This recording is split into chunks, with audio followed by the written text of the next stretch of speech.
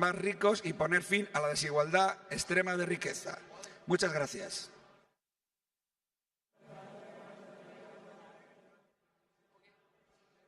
Attention, dear colleagues. The event titled Oligarchy or Democracy, Time to Tax the Super Rich and End Extreme Wealth Inequality will begin at 12 in the Agora Room, Ernest Lluch. Thank you.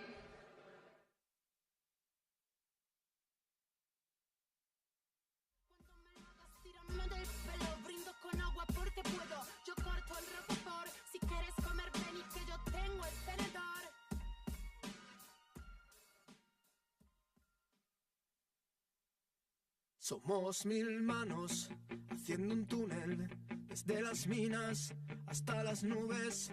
Somos cizallas contra el candado, final de un cuento nunca acabado.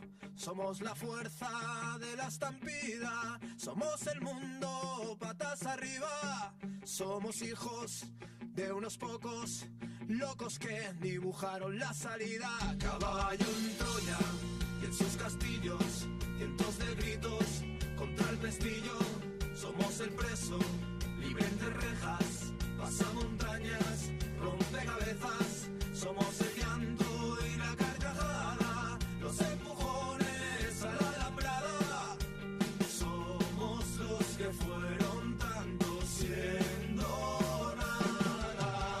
Y en ese pozo de ley y de orden, de sucias sombras, de servidumbre, pasa que ustedes nos odian, pasa que ustedes nos odian porque somos los hijos de los versos, de los poetas y los presos, la voz que grita entre los huesos, de las cunetas para despertar al universo.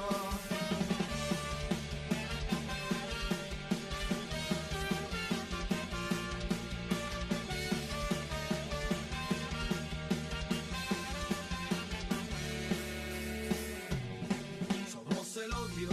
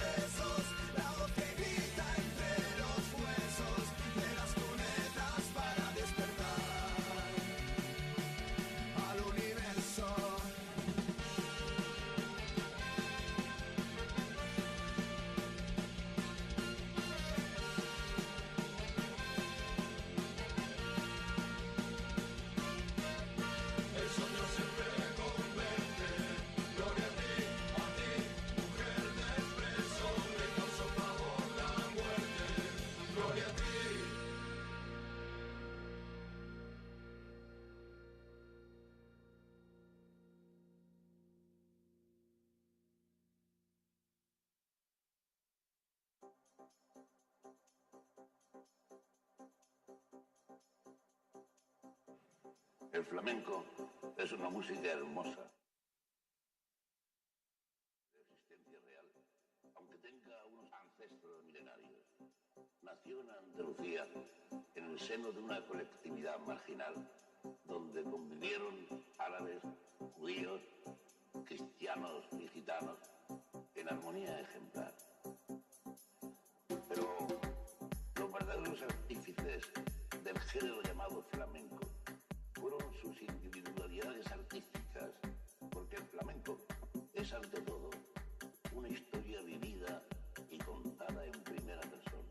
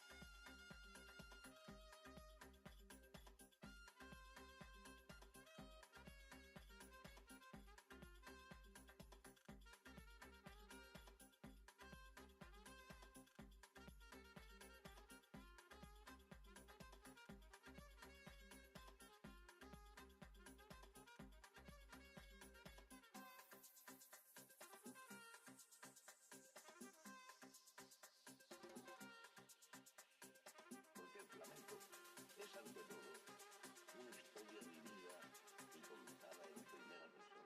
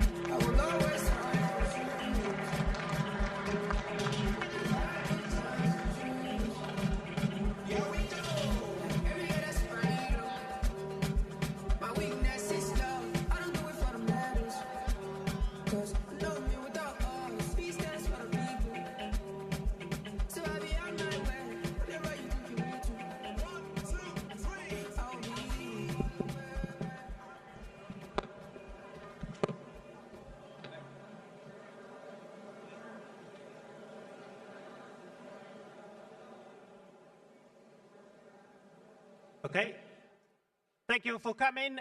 Please take a seat, and we're going to make a start because we're running a couple of minutes late, and we want to give as much time as possible to these great speakers that we have with us today.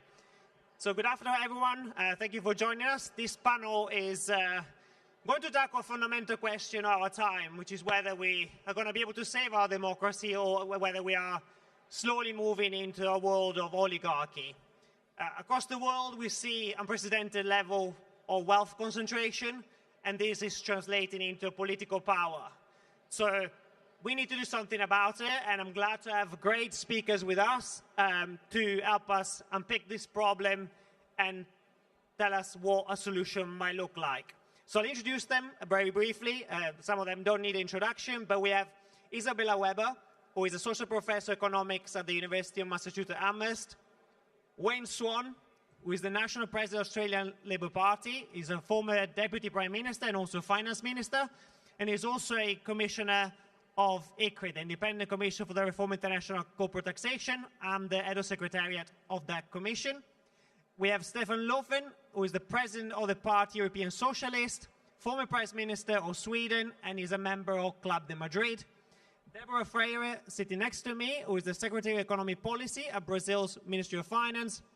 And last but not least, Bruno Gonçalves, who is an MEP in the European Parliament as part of the Group of Progressive Alliance of Socialists and Democrats in the European Parliament. We're going to have a round of, let's give them a round of applause. We're going to have a round of first question to each of the panelists, and then if we have time, we'll open up for Q&A.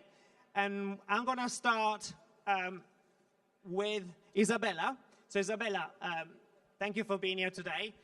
I think we are in the midst of an energy crisis amongst many other crises, and this really is further entrenching oligarchy and the accruing of wealth to the top 1%. Can you help us unpick what's happening and why is this such a threat to democracy? Yeah, thank you so much. This feels a bit like a repeat of 2022, but kind of on steroids, and I think that's kind of the moment we are living through. It's about the oligarchy, but it's also about a system where shocks and crises that really are the worst of times for the many on this planet end up being the best of times for the few. And we have seen this last time around where profits have been shooting up in the essential sectors, in energy, in food, in fertilizers, in shipping, the stuff that neither people nor the global economy can do without. And those profits flow to the richest of the rich, while the poorest, but not just the poorest, also the middle classes, really the majority of people are burdened by the cost of these essentials. This is a system that is not compatible with any serious notion of democracy.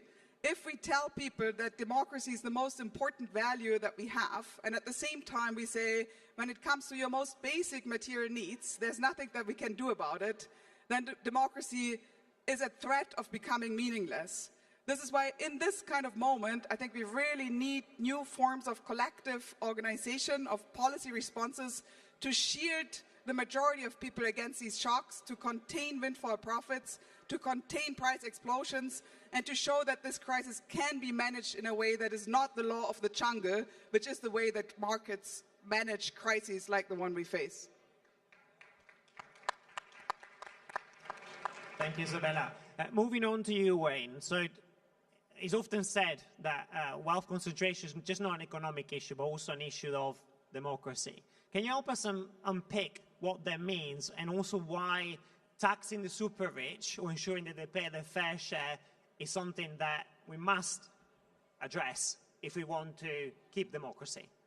Well, tax is really important to the health of democracy. Making a tax system fairer is absolutely essential to a prosperous economy, but also a fairer society. And when a small percentage of the population can avoid their tax obligations, that breeds pessimism, that breeds despair, particularly when people are under financial pressure. So what we're seeing in this cost of living environment at the moment is people are looking at who's doing what, who's paying what, and they're seeing a small group of people get away with murder in the tax system. So it's absolutely imperative for the future health of democracy, but also for the future health of democratic economies, that we get a progressive tax system in place that makes those at the top pay their fair share, which is why the work of ICRIT has been so important, particularly when it comes to not just the oligarchs, but very large corporates that have been using all sorts of techniques to avoid their tax obligations. The work of ICRIT and the changes that have come with a minimum tax, which is now applicable, has been very important in taking the edge off some of that inequality. But if we don't continue at the national level to put in place tax systems which are fairer and more progressive, oligarchy will win. Thank you. Talking of championing tax reform and progressive reform, I'm really happy to have Deborah next to me here, representing Brazil, a country that has championed the issue of taxation of high net worth individuals as part of their G20. But not also that, but also they share also the presidency of the PTLAC, this platform for tax collaboration in Latin America. And they recently, as part of that, commissioned a report to the International Tax Observatory, really looking at this issue of the effectiveness of tax rate in Latin America, particularly at the top, so how much the rich people really pay in Latin America. So Deborah, can you talk us through kind of why is this a really important issue for Brazil, and why also for in terms of not just your country, but the region and the world as a whole? Thank you. Good afternoon, everyone. First, I'd like to begin by thanking the Global Progressive Mobilization for organizing this very important space for international dialogue and coordination. I also thank the Regional Platform for Tax Cooperation for Latin America and the Caribbean, and ICLAC, the Executive Secretariat for PITLAC, and the coordination of the Brazilian Ministry of Finance, of course, which developed the work plan from which this study you just said was developed. The study prepared by the IOTax, I have a copy here. So it was commissioned by the Ministry of Finance. The title is Tax Progressivity and Inequality, Minimum Taxation of High Net Worth Individuals in Latin America and the Caribbean. This study is part of the deliverables of the Brazilian presidency of PITLAC, and constitutes the final technical note of the Tax Progressivity Working Group. The set of deliverables of this working group starts from a fundamental premise. There is no possible fiscal justice without the articulation between three dimensions: tax progressivity, fiscal transparency, and international equity. It's an honor to be able to bring the perspective of Latin America and Caribbean to this global debate. I have to say that any contemporary progressive agenda must place fiscal justice as its center. The study shows a very clear and worrying diagnosis. Latin America and the Caribbean is one of the most unequal regions in the world. On average, the bottom 50% face an effective tax rate of around 30%. These levels mainly reflect the weight of consumption taxes, which fall proportionally more on low-income households, as well as social security contributions, which are primarily levied on low and middle-income workers. The second feature is that once we move beyond the lower half of the distribution, the tax structure becomes slightly regressive. At the regional level, the middle 40% pay on average about 23% of their income, while the top 10% and the top 1% pay approximately 22%. We can take a closer look at the top 1% to better understand how the tax burden changes as income increases. Within the top 1%, the effective tax rate begins to decline rather than increase. At the top 0.001%, for example, the rate reaches around 19.7%. In other words, although income continues to grow rapidly at the top, the share of income to tax decreases. This inequality becomes even more striking when we look at the wealth dimension. Wealth concentration in LAC reaches extreme levels. In the analyzed countries, the wealthiest 10% controls up to 80% of national wealth, while the top 1% concentrates up to half of the total. Despite this, the region's tax systems do not correct this concentration. It's the opposite. They tend to be regressive. Another key piece of data, between 2000 and 2026, the accumulated wealth of billionaires in Latin America and the Caribbean multiplied sixfold. It rose from $117 billion to almost $700 billion, the highest level ever recorded, equivalent to 10% of regional GDP.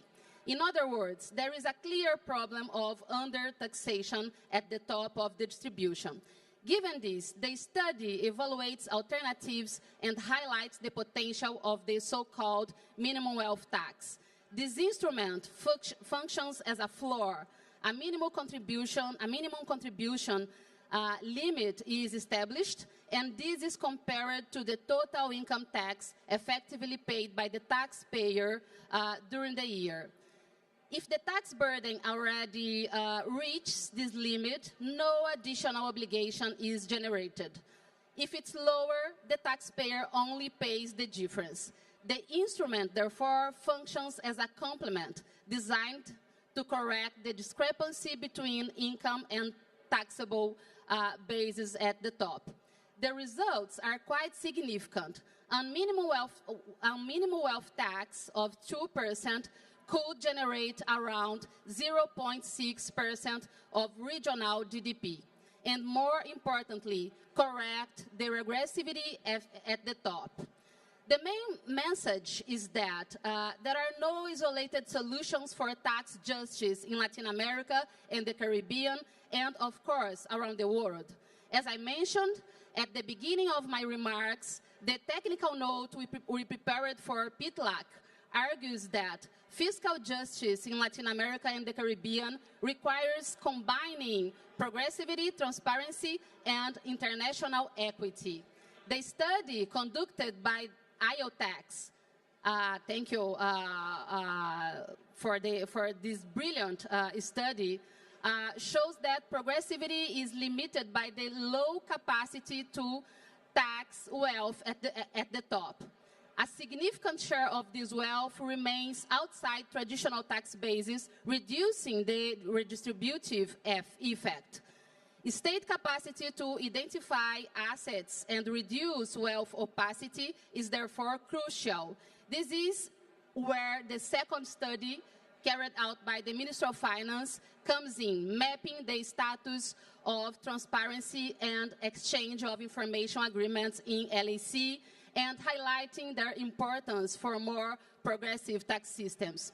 Meanwhile, the third study, commissioned by the Civil Society Advisory Council of the platform, shows that taxation is unequally regressive, affecting different groups by gender, race, and class. The conclusion is that the fiscal agenda must be broad and integrated, strengthening wealth taxation, transparency, and social equity, with initiatives like PITLAC serving as a strategic space for cooperation, coordination, exchange of experiences, and capacity building. Thank you. Thank you, Deborah. And if I can just follow up your remarks, and Brazil is actually one of those countries that didn't just, as we say in the UK, talk the talk, but you walk the talk as well. And you introduced a minimum tax on the Brazilian super rich. So I want to ask you, how important was that reform to ensure that the Brazilian super rich start paying a bit of their fair share? Yes, it was last year. We are very happy to implement this reform in Brazil because we have a very regressive tax system, and we exempt dividends in Brazil. So it was an important reform to bring more progressivity for our tax system. We are implementing this reform this year. We are already collecting revenue from this reform, which is very good because we need to finance our social wealth state. And of course, it was very hard to approve in the Congress. Actually, it was very hard to start discussing about this reform because in the Congress, the proposal, the measure was very popular. So we approved with total quorum the reform, and all the congressmen, all the Congress, sorry, all the politicians voted for the reform. So we have some numbers. This reform will improve tax progressive and reduce inequality. In Brazil, we exempt the base of the distribution, the low-income workers, and we implemented this minimum tax on the flow. I mean, on income flow. So, I mean, a new step could be a regional or, a global minimum tax on wealth. Thank you, Deborah. From Brazil, let's move to Europe and Brussels specifically. Bruno, why is this agenda absent from Brussels, its institutions, and what can we do about it? Because we need to fix it. I think I'll answer that in the end. First of all, good morning, everyone. I firstly want to start by commending Brazil because they have introduced the topic in the last G20 meeting, former Minister Haddad, but also under the auspices of President Lula. And I think we need to start with the right questions because the debate is one for us, but the debate for ordinary people, usually the ordinary people that we tend to represent is probably another.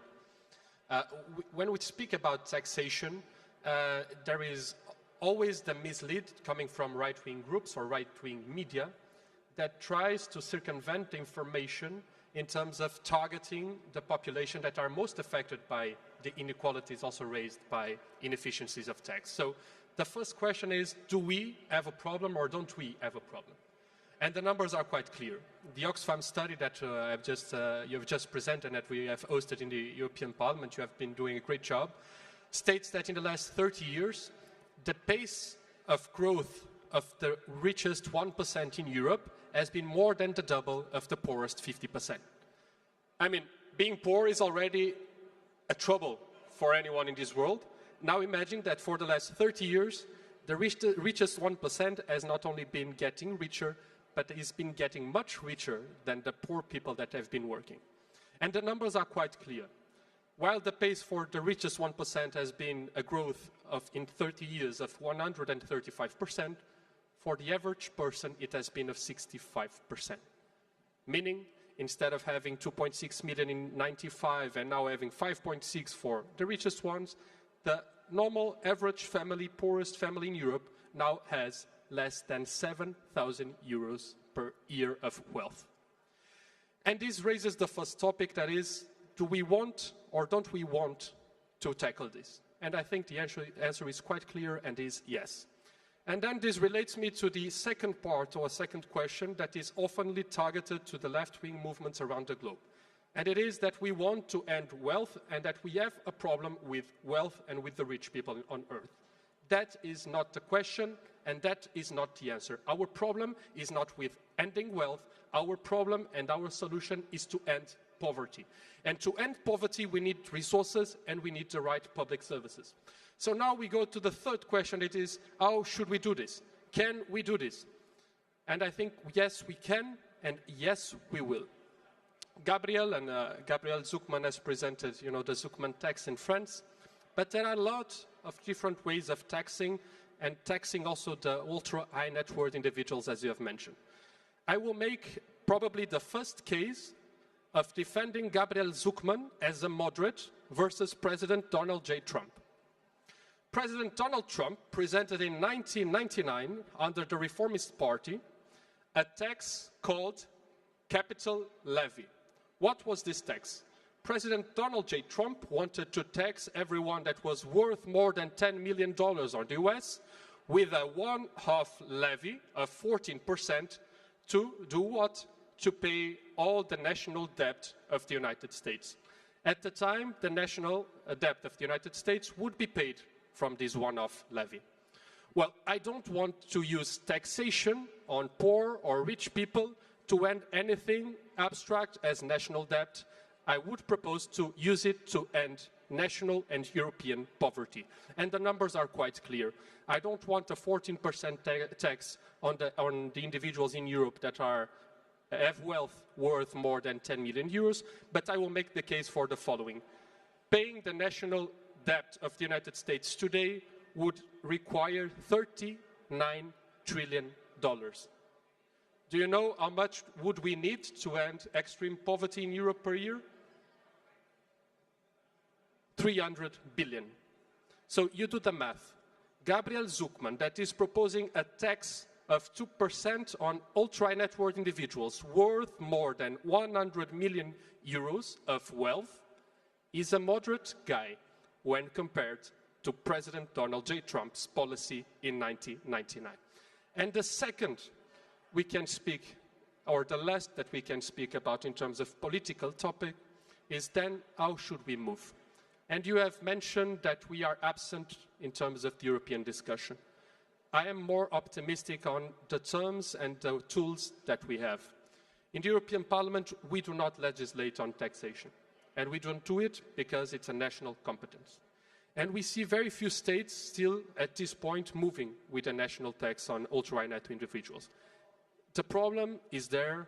If you ask Philippe Aghion, also a Nobel Peace Prize, a Nobel Economic Prize of last year, he will tell you that the problem is capital flight, so the rich people will fly from Europe somewhere else. I think that the problem is the lack of political will. So what we'll have from the European Parliament, starting from second semester this year, is that we will not only have it on the agenda, but we will start fighting for that publicly. That has been an agreement over the past month with almost all political groups within the European Parliament. So I think this will be the first time that we'll be discussing taxation under the auspices of the Parliament, and I hope that this can at least enlighten the future in terms of giving hope for national governments that want to stay not only truthful to their policies, but also want to answer to the poorest people that are the ones struggling the most with tax inefficiency and with the rise of cost of living. Thank you.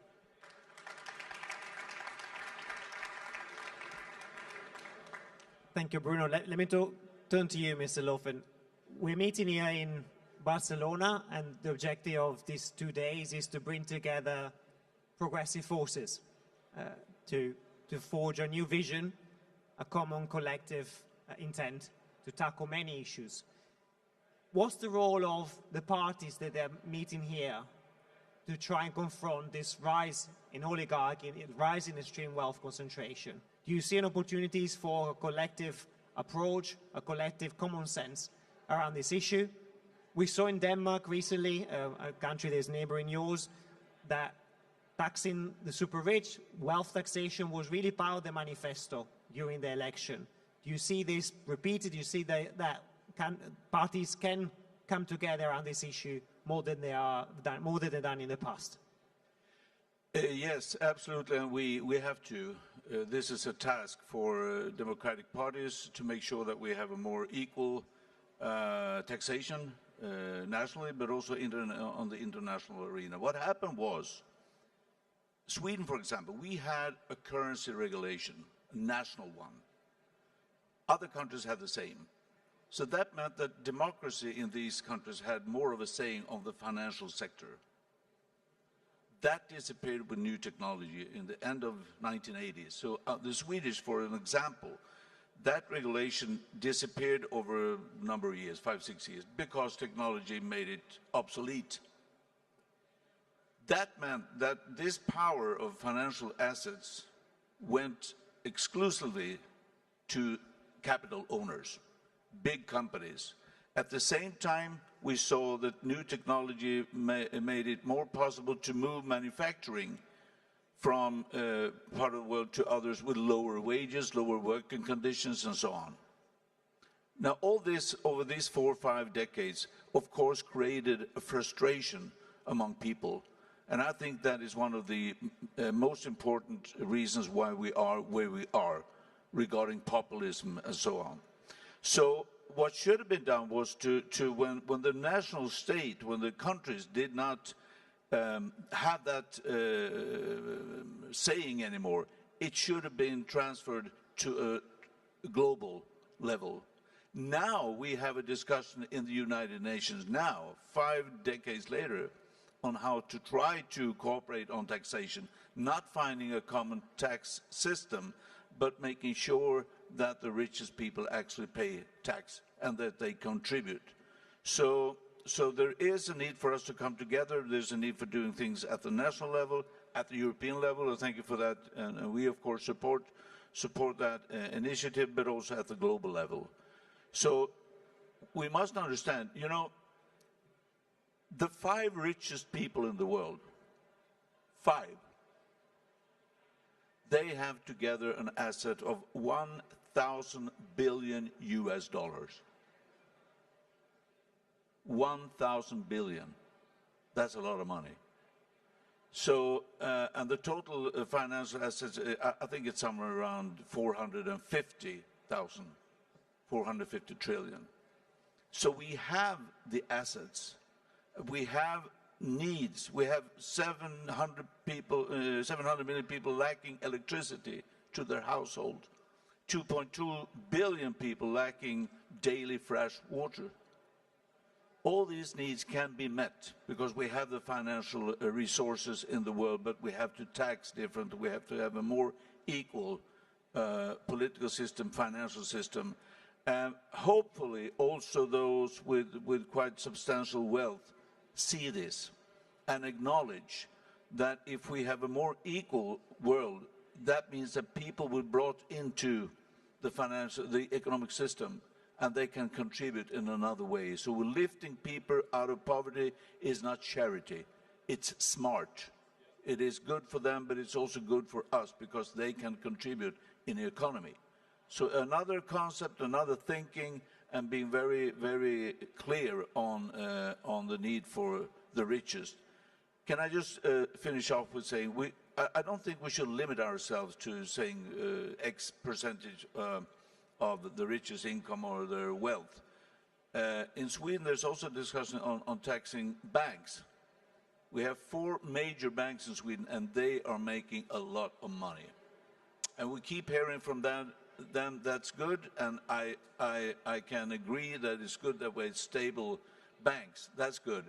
But the amount of profits, it's not necessary. That can also be used. So let ourselves be free to think more freely of different, not just one solution, but think a bit broader.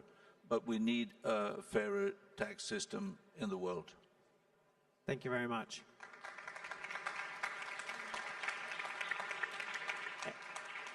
Before we open up to Q&A, Isabella, if I can go back to you, you often talk about anti-fascist economics, the need for talking from the same script and then finding policies to fight back MAGA, far right.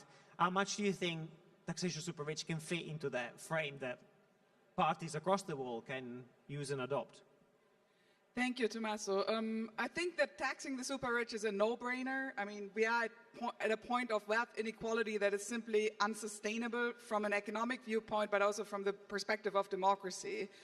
But quite frankly, I think we need to move beyond taxing the super wealthy. Of course, we need to tax banks. We need to tax large corporations. We need to make sure that the taxes that are actually on the books in terms of corporate taxation are carried through and so on. But beyond that, I mean, we are living in a moment of overlapping emergencies. We are just witnessing one of the most dramatic energy crises in history as we speak. If we look at the Strait of Hormuz, about 30% of global traded oil is currently being choked off. That is massive. The price increases that we are witnessing are enormous. They are unprecedented. Even the last crisis might look small by comparison. Our research on the previous crisis has shown that the United States was the biggest beneficiary of windfall profits globally. There were 916 billion profits in the fossil fuel industry in 2022. Out of this, more than 300 went to the United States. And in the United States, the top 1% got 50% of those record profits, where the bottom 50% only got 1% of those profits. For the richest of the rich, this meant that the profit claims from the fossil fuel industry alone were enough to compensate their total inflation burden. For the poorest of the poor, who have a much higher inflation burden when the prices of essentials go up, because kind of a definition of being poor is that you can barely afford the essentials. For them, there was hardly any compensation from these profit flows because they basically do not have any shares in those profits. This means that the profit channel has actually been more important in this unequalizing inflation than the cost burden that we have been talking about a lot. We have been talking about the different consumption baskets that poor and rich people face. Poor people, as I said, spend much more in essentials than rich people, so they have higher inflation burdens. This is a very important consideration, but the profit channel is even more important. So this means, I think, that a serious anti-fascist economics that takes the threat to democracy that we face seriously is one that is not only retroactive, that tries to chase the windfall profits after they have occurred, that tries to chase the wealth explosion after it has already happened, but one that is proactive and that creates new institutions in the essential sectors to prevent price explosions, to manage scarcities when they occur in a fair and transparent fashion, and thereby to create new state capacity so that democratic states can actually act on behalf of the people. Let me give an example of looking at the current crisis of what might be an approach. So what we see is, we have seen this in the COVID pandemic, when we were facing a global shortage in medical supplies, right? And the ways the world has dealt with this shortage, I mean, initially it was vaccines and masks and so on, but later on, I mean, the vaccine production kept up, but in any case, in the early phase, there was a real shortage. The ways that this has been handled is to basically use market mechanisms, which has meant that even within the United States, states that are part of the United States have been bidding against each other, bidding up the prices of the stuff that was indispensable in the pandemic, thereby generating windfall profits while burdening the fiscal balance sheets of the states, and bidding up prices in ways that made these things out of reach for most people. Even worse, if we look at the global distribution, rich countries have been bidding out poor countries so that poor countries couldn't even get access to these vital assets. If we look at the energy crisis, something similar might be happening. If we talk 20, 30% shortages of oil supply on the global market, as I said, this is historically unprecedented. If we handle this by rich countries bidding out poor countries, this means deaths in the global south. This means the destruction of livelihoods of millions of people. The World Food Programme is already warning that 45 million people could additionally be pushed into extreme hunger. And this is not only about, this is not a law of nature. This is a question of how these crises are being managed. Now, it sounds idealist in this moment that we are living through to call for multilateral cooperation. But quite frankly, I think this is the moment to pursue multilateral collaboration. This is the moment when old laws no longer apply. This is the moment when market competition has turned into straightforward imperialist power competition with brute violence. And in this moment, we need to chart real alternatives. And I think what the EU should be doing is to take the lead and to come up with a multilateral coordinating mechanism that canalizes the purchasing of oil on global markets, thereby creating basically a buyer's club of importers, such as to be able to defend a price ceiling. The European Union has 21% accounts for 21% of global imports. If it managed to form an alliance with other high-income countries to defend a price ceiling in the global markets and invited all low-income and middle-income countries to join that mechanism, there would be a chance to actually bring the prices down, because then you really have buyer's power. There would also need to be a mechanism of allocating those oil resources in a fair way, which could be based on past usage, with the exception of low-income countries. Low-income countries only use 0.1% of global oil imports. That's basically nothing. So you could guarantee low-income countries to get their full allocation of the pre-crisis, and middle and high-income countries would have to come up with a fair allocation mechanism that is based on past usage. This is a proposal. This is a proposal I've been working on. It's idealist, but I think it's concrete, and I think in this moment of crisis we need alternatives, because if we again let prices explode, let profits explode, and get another massive redistribution shock, this is something that our democracies cannot survive. Thank you so much. We have 5 minutes. I'm keen to take 2 questions from the audience. Please be it a question, not a comment. and introduce yourself before you make the question. Got this gentleman at the front, and maybe a woman, if just checking that there isn't one with hands up. There you got one. Yeah, perfect. First the woman, and then the man. Hello, everybody. I'm Adela Militaru from the Roma for Democracy Foundation.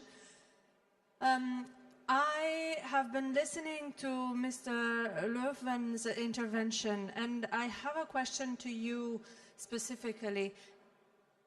Your pledge is to look beyond the national context, right, to a more global, and we've heard that in the closing intervention as well. Looking within Europe at the Roma minority, that is Europe's truly only transnational population that shares a sound cultural background, but is divided through languages, through religions, through all sorts of conditions. And I was wondering, how would you apply this theory of change, where we need to look beyond internal borders to a more European, if we want to keep it Eurocentric, or transnational and global perspective? What are your thoughts on that? Thank you. Let's take the other question as well from the front, and then we'll get... Yeah. Hello, my name is Fernando García Crespo Santaló, but I'm Canadian, very Canadian name. I'm with the University of British Columbia and work with projects with Canadians for Tax Fairness and Commonwealth Canada. And my question is about the latter. Could, at the subnational level, to avoid tax flight, land wealth taxes work? Could we not just tax land wealth, which is one of the biggest drivers of wealth inequality? Okay, if okay, then Stefan, one question was directly to you. So then for the second question, maybe Bruno, do you want to take that one? Yeah, so Stefan, over to you. Yeah, the transnational perspective is extremely important now, but we have to change a narrative. We have a narrative now saying that leaders often say, well, I'm doing my best for you, the population, and I'm doing the best by just looking at our country. So we have a lot of nationalism in world politics. Instead of saying, why, if we can make sure that also the poorer part of the world, as I said in my first intervention, can be lifted out of poverty, it's good for them, but it will also contribute to the world economy because our economies are so interlinked. So, I mean, China, I'm not in favor of the Chinese political system, but we have to acknowledge they lifted some 700 million people out of poverty. That meant something for them, for China, but it also played a role in the world economy. Africa is a continent that is growing this century substantially. Their workforce is huge, and it keeps growing. Now, if we invest in that country, in those countries, that will be good for them, for the countries, for the African continent, and for the world. So we need people telling the leaders, hey, if you want our best, if you want to do the best for us, make sure that you are out there cooperating with other leaders, other countries. That's the best way forward. So that narrative needs to change, and absolutely we can. I mean, as I said, the UN is now discussing how can we cooperate in such a way that we at least make sure that these richest people cannot avoid tax totally. They have to pay something. And we can do things at the European level, at the national level, but I do think this international global perspective needs to be strengthened, that narrative. Thank you very much. Bruno, so on the question whether should we have a land tax instead of a wealth tax, but very briefly because we need to close. Thank you. It depends on the kind of land. I mean, Mayor of New York yesterday announced a new kind of land tax on a very expensive land. So that's a matter, I mean, it's not only a capital flight, it's also people's flight, people that are not living in the cities. And I mean, when it comes to my generation, for example, it's not only the energy crisis, it's the housing crisis. And if you couple both of them with the cost of living in general, it's quite unbearable. I just wanted to add on both your question and probably reflecting on the windfall.